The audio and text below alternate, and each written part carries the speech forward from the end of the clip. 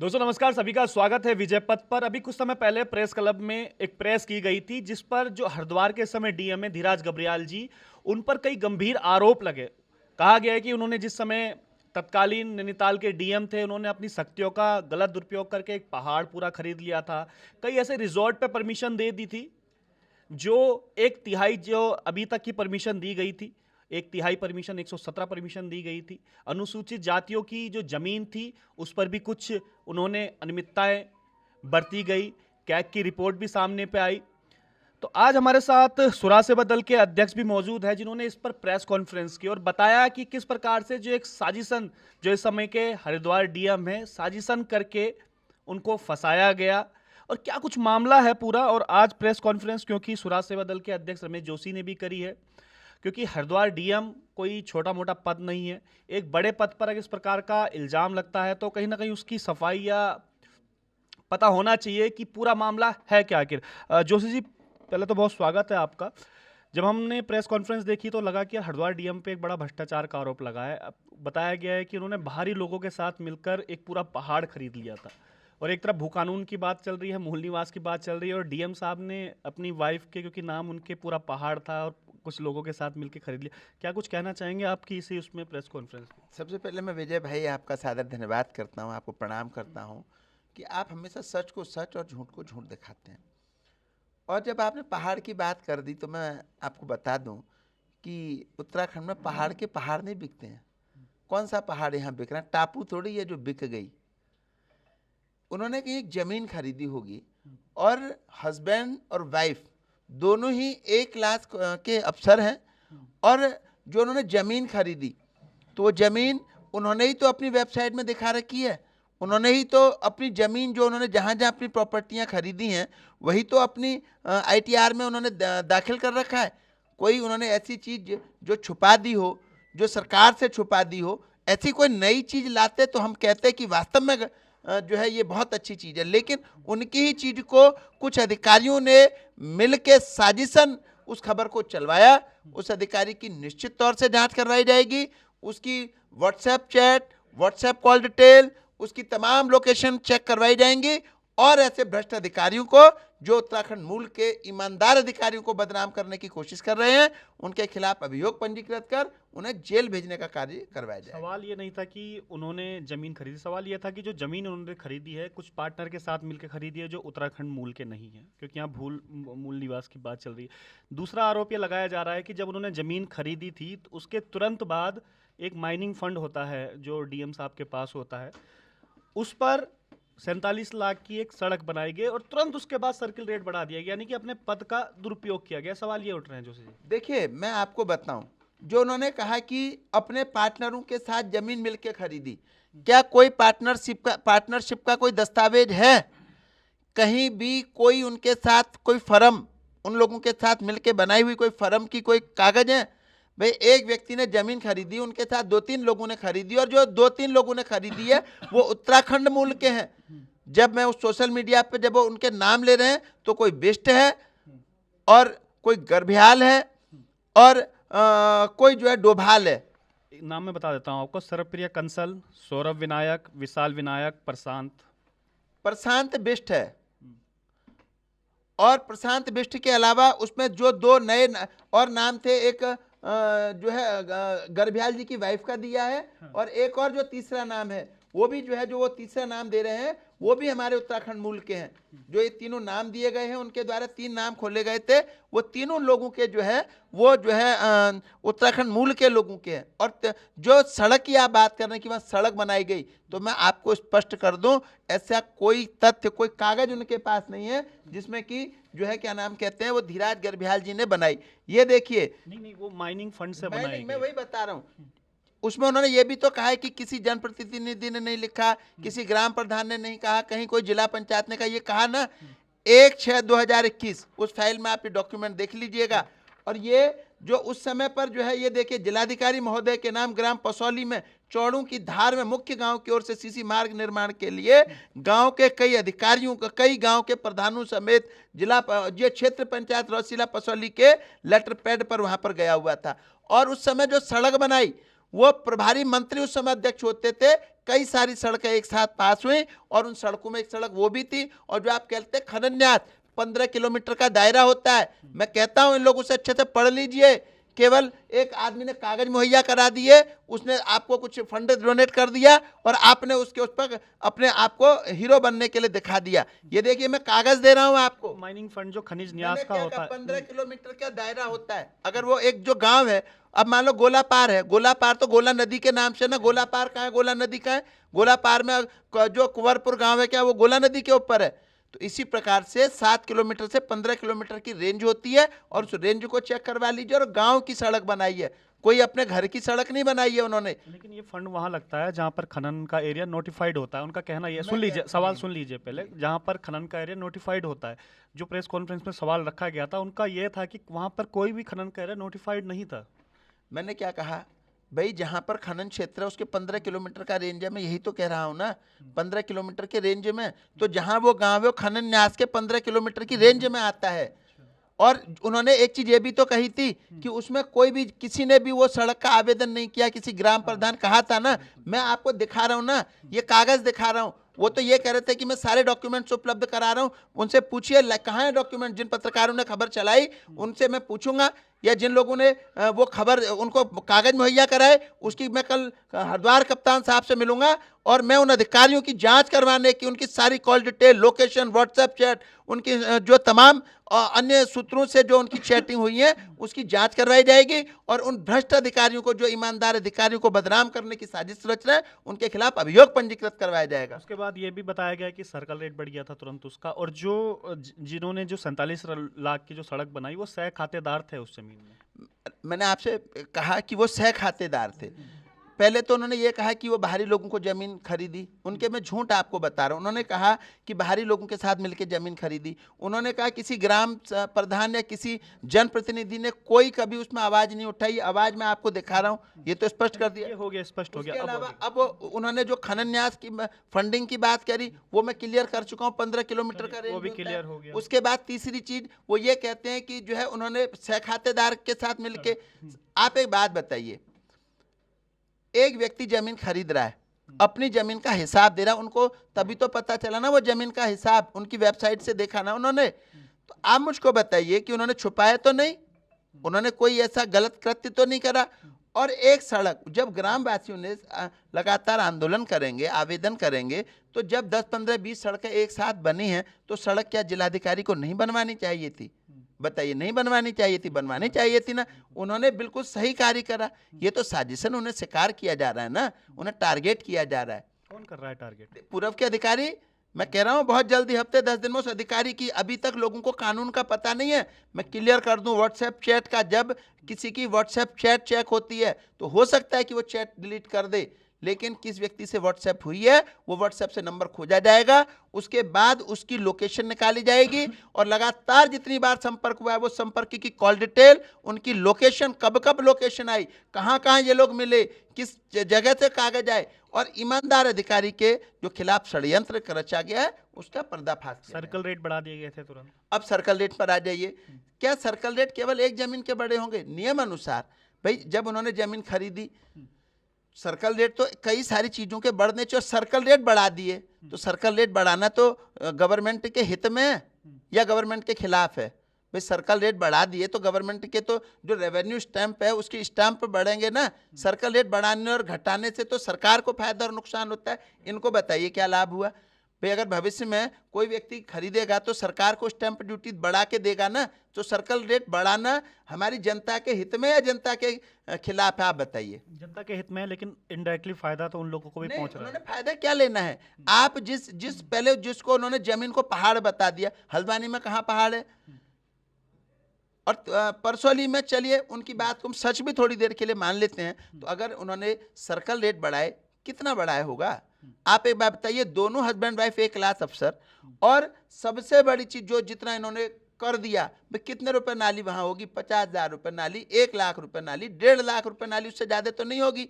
तो अगर उन्होंने 10-12 नाली किसने ले भी 10-15 लाख रुपए के लिए हस्बैंड वाइफ गलत करेंगे? कैग की रिपोर्ट का क्या कहेंगे? कैग जो की कैग ऑडिट ने रिपोर्ट कहा है पर- कि डीएम ने अपनी शक्तियों का गलत देखिए, उपयोग किया है। कैग की ऑडिट रिपोर्ट, कैग जब आया भाई, उसने कहा कि एक एसडीएम, एक तहसीलदार, एक खान अधिकारी अपने जिलाधिकारी को आदेशित करेगा क्या? और अगर मान लो कहीं अवैध खनन हो रहा था तो मैं बताइए आप, वो खान अधिकारी क्या कर रहा था? जिस पुलिस की जानकारी में आए वो क्या कर रही थी? जिस एसडीएम और तहसीलदार को ये जो आरोप लगा रहे हैं कि एसडीएम, खान अधिकारी और एसडीएम ने बार बार इनको बताया, तो आप बताइए उनको क्यों बताया भाई, आपने रुकवाया क्यों नहीं? स्पष्ट प्रतीत हो रहा है ना कि एक कैग ने साजिश है। स्पेशल उनके खिलाफ दिया है कि कैग ने डीएम साहब ने उस अपनी भाषा शक्तियों को- का उस भाषा सवाल को- सवाल सुन लीजिए पहले, अपनी शक्तियों का गलत उपयोग किया है। कैग ने उनसे जवाब मांगा है। उन्होंने तो जवाब दिया ना भाई। वो जो लाइन लिखवाई गई वो एक फ्री होल्डिंग एक जमीन है भाई। आज हम उत्तराखंड मूल के हैं, आप उत्तराखंड मूल के हैं, आप कई वर्षों से एक जमीन पर बैठे हैं। सरकार की एक नीति आती है फ्री होल्ड नीति 2021 में, और फ्री होल्ड नीति को सरकार कहती है कि इसको पालन करवाइए। अकेले वही जिलाधिकारी थे, जबकि वो पूरे प्रदेश के जिलाधिकारियों के लिए आदेश हुआ 2021 की खनन नीति की। उसके अलावा जो है एचआरडीए हरिद्वार, एचआरडीए एमडीडीए को भी आदेश हुए हैं। केवल एक धीराज गर्ब्याल जी थे जिन्होंने प्रदेश के लोगों की जमीन को फ्री होल्ड करके उनको घर, मकान, दुकान की टेंशनों से मुक्त कर दिया और उन लोगों को फ्री होल्ड जमीन दे दी, और लोगों ने तो फाइलें निरस्त कर दी।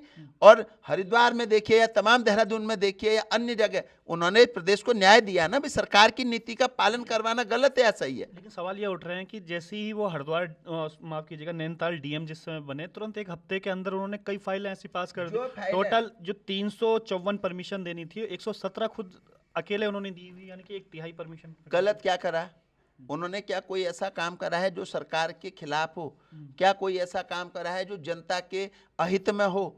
क्या उन्होंने ऐसा कोई कृत्य करा है जिससे आम जनता को नुकसान हो? 354 जब से उत्तराखंड बना तब से आज तक 354 रिजॉर्टों की परमिशन हुई, और जो लोग उन पर आरोप लगाते कि अकेले उन्होंने 117 रिजॉर्टों की परमिशन दे दी, तो आप बताइए, एक लाइन लिख लो चाहे 100 लाइन लिख लो, जब यहां पर इन्वेस्टर्स मीट का जब मामला चल रहा था, जब रिजॉर्टों को देखा कि लोग को अच्छा टूरिज्म नहीं मिल पा रहा है और टूरिज्म को बढ़ावा देना चाहिए, उन्होंने अपनी कलम का सदुपयोग करते हुए इस प्रदेश के टूरिज्म को फोकस किया। कोई चरस अफीम का, भांग की खेती तो का तो परमिशन नहीं दे दी ना। अगर यहाँ पर टूरिज्म को बढ़ाने के लिए अच्छे रिजॉर्ट बनेंगे, अच्छे लोगों को उन्होंने जिस प्रकार पौड़ी में देखिए उन्होंने होम स्टे का जो प्रोजेक्ट लाए, वो पिथौरागढ़ में पहले वो केएमवीएन में थे, उन्होंने पहला होम स्टे का प्रोजेक्ट लाने वो वाले वही व्यक्ति हैं। और जब पौड़ी में उन्होंने इतना अच्छा होम स्टे दिया तो त्रिवेंद्र रावत सरकार की कैबिनेट में वो प्रस्ताव पास हुआ। तो आप बताइए, ऐसे व्यक्ति ने अगर रिजॉर्टों की परमिशन दे दी तो गलत क्या कर दिया? या तो ये होता कि कोई परमिशन होनी ही नहीं थी। एसटी जमीन का भी जिक्र हुआ अनुसूचित जातियों का। अब देखिए, वो कोई कहीं किसी कोर्ट में आदेश है कि जिस जमीन की रजिस्ट्री होगी उसके दाखिला खारिज पर रोक होगी? कहीं पर भी जिस जमीन की रजिस्ट्री हो गई उसका सरसरी तौर से दाखिला खारिज रोक रखा था। क्यों? जब विधानसभा के पटल में विधायकों ने प्रश्न उठाया तो उन्होंने पूछा भाई किसने रोक रखी है, लोग क्यों नहीं करा रहे अपना दाखिला खारिज, किसने रोक रखी है? 143 हो सकती है इसमें सरकार का कुछ। इसमें दाखिला खारिज हुई, 143 करवा दी। तो अगर मान लीजिए एक व्यक्ति की आपने परमिशन लेकर रजिस्ट्री कर ली, जब आपने रजिस्ट्री कर ली तो आप उस पर मकान बनाएंगे, दुकान बनाएंगे, और अगर उसकी 143 नहीं होगी तो आपको लोन मिल जाएगा। तो अगर उन्होंने आपकी जमीन की 143 कर दी तो आपके हित में करा या अहित में करा? उस पर दीपक रावत ने भी सवाल उठाया, वो भी एक डीएम है। देखिए, मैंने क्या कहा, सरसरी तौर से जो आदेशों को 143 को रोक दिया गया। क्योंकि दीपक रावत ने मैंने क्या 20 कहा, 20 गांव की परमिशन भी इस प्रकार से रोकी। मैंने दीपक रावत जी ने 20 गांवों की परमिशन रोक दी, वो एक सरसरी। तो फिर जब वो कमिश्नर थे तो डीएम थे, मिलके ही तो उन्होंने उसको खोला होगा ना। ये तो पूर्व के एक अधिकारी की चाल है। अब बहुत जल्दी जब कॉल डिटेल लोकेशन आएगी तो चीजें क्लियर हो जाएंगी। और फिर भी दीपक रावत जी ने अगर सवाल उठाए हैं तो गलत उठाए हैं। उन्होंने उसको रोका क्यों नहीं? अगर एक डीएम ने किसी आदेश को करा तो कमिश्नर को रोक देना चाहिए था ना। उन्होंने कागज पे क्यों नहीं रोका उसको? सरसरी तौर से क्यों मतलब आप कर रहे हैं? हालांकि दीपक रावत जी ने कोई ऐसी आवाज नहीं उठाई। ये साजिश, ये उत्तराखंड में फूट डालो राज करो की नीति के तहत चल रहे हैं। और पूर्व के अधिकारी जो जिस प्रकार से धीराज गर्ब्याल जैसे ईमानदार अधिकारी को बदनाम करना चाहते हैं, उनके मंसूबों पर हमने पानी फेर दिया और पानी फेरेंगे। सत्य का असत्य हमने के कागज के साथ आपको प्रस्तुत कर दिया। एक पार्टी ने पार्टी के अध्यक्ष हैं, उन्होंने ये आरोप लगाया, दूसरी पार्टी के अध्यक्ष उनके बचाव में आ रहे हैं। थोड़ा कारण मैं समझ नहीं पा रहा हूँ कि आप क्यों उनके बचाव में आ रहे हैं कि धीरज गर्ब्याल जी ने ऐसा नहीं किया। देखिए, मैं आपको एक चीज बताऊं, एक पार्टी के अध्यक्ष ने आवाज उठाई, आपने प्रेस करी। वास्तविक रूप से करना आपको क्या चाहिए था कि आप अपने जनता जनार्दन के साथ, अपने कार्यकर्ताओं के साथ जिलाधिकारी कार्यालय पर जाते।